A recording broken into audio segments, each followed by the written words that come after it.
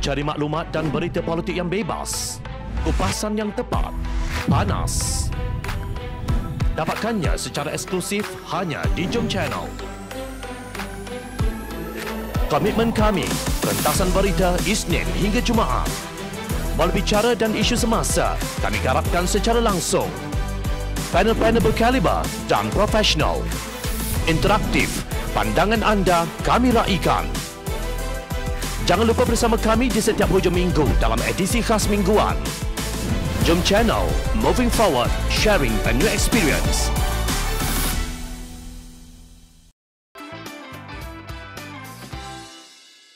Segera reformasi SPRM, kata TI.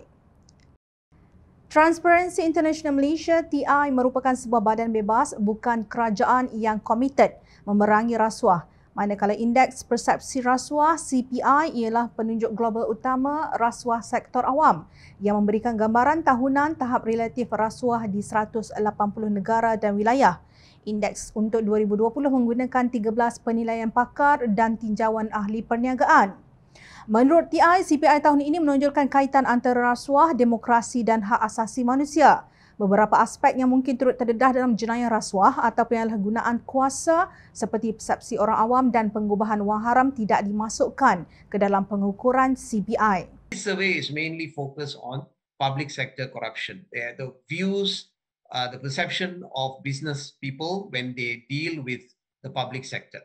So it also doesn't capture tax fraud, illicit financial flows, or those enablers of corruption like the middle people who are involved, or money laundering, or any type of private sector corruption that is not captured in the CPI, or informal economies and markets.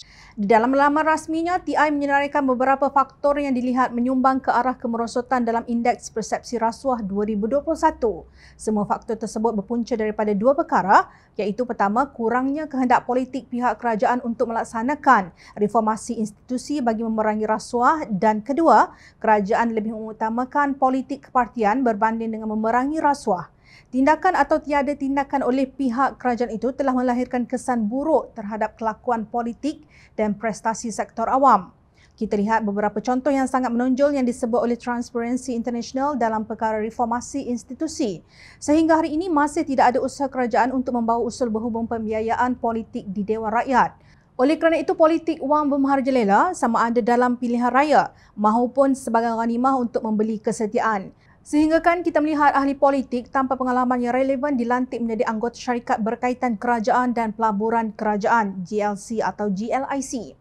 Draft Rang Undang-Undang Independent Police Complaints and Misconduct Commission (IPCMC) telah dicairkan menjadi versi yang tidak bermakna sebagai Independent Police Conduct Commission (IPCC).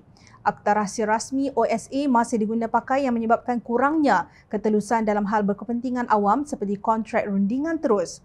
Kerajaan juga tidak mengusahakan untuk meletakkan Suruhanjaya Pencegahan Rasuah Malaysia di bawah Parlimen. Sebaliknya, ia berada di bawah Jabatan Perdana Menteri yang membayangkan ia bertuankan Perdana Menteri. Kerajaan juga gagal memperkasa Akta Perlindungan Pemberi Maklumat yang menyebabkan ketakutan untuk mendedahkan salah laku.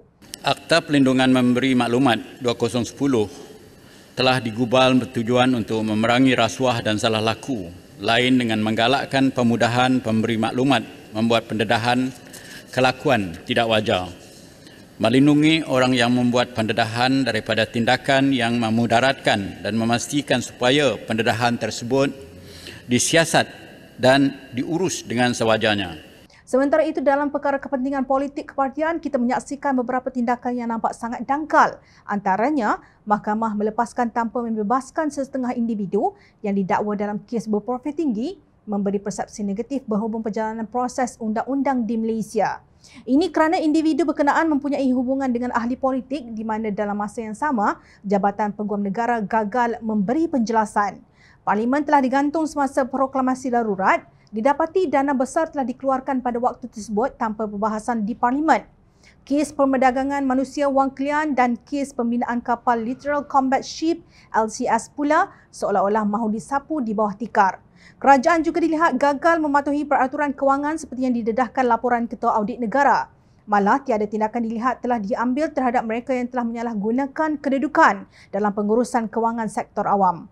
Justru, semua parti politik mesti menyediakan kepimpinan dan kemahuan politik yang kuat untuk memacu mesej toleransi sifar terhadap rasuah. Antara yang terpenting ialah menjadikan kerajaan lebih telus dengan memperkenalkan akses kepada undang-undang maklumat di peringkat persekutuan dan pendedahan aset pegawai awam agar Malaysia berhak menyertai keahlian Open Government Partnership OGP. Sektor swasta mesti membangunkan program pencegahan rasuah yang berkesan dengan kawalan dalaman yang kukuh dalam meningkatkan integriti perniagaan. Tangani punca rasuah dengan mendidik generasi muda dari rumah dan di sekolah, menyesuaikan diri dengan perubahan teknologi dengan mencipta lebih banyak data sains untuk mencegah rasuah dengan alat yang berkesan. Bersihkan agensi-agensi anti rasuah daripada unsur penyalahgunaan kuasa atau menjadi khadam kepada parti politik yang berkuasa. Menjamin para aktivis boleh bercakap secara bebas tanpa takut akan tindakan balas. Tiada lagi kekebalan bagi yang korup. Malangnya, dan kejatuhan CPI baru-baru ini jelas menunjukkan kerajaan sedang menuju ke arah yang salah dalam memerangi rasuah. Pada tahun ini, Malaysia jatuh 5 anak tangga ke-62 berbanding di tangga 57 tahun 2020 semasa pentadbiran Pakatan Harapan dalam ukuran indeks persepsi rasuah bagi 180 negara dalam kajian. Daripada segi skor, Malaysia juga turun kepada 48% berbanding dengan skor 51 pada 2020. Tiba masanya kerajaan yang terbukti tidak mampu memerangi rasuah ini diganti oleh yang berupaya melakukannya demi negara, agama dan bangsa Malaysia. Jika rakyat tidak berusaha mengubahnya, maka selamanya lah kita akan terbenam semakin lama semakin jauh ke dalam lubuk rasuah. Apalagi yang ada pada anak cucu kita jika kita membiarkan rasuah berleluasa.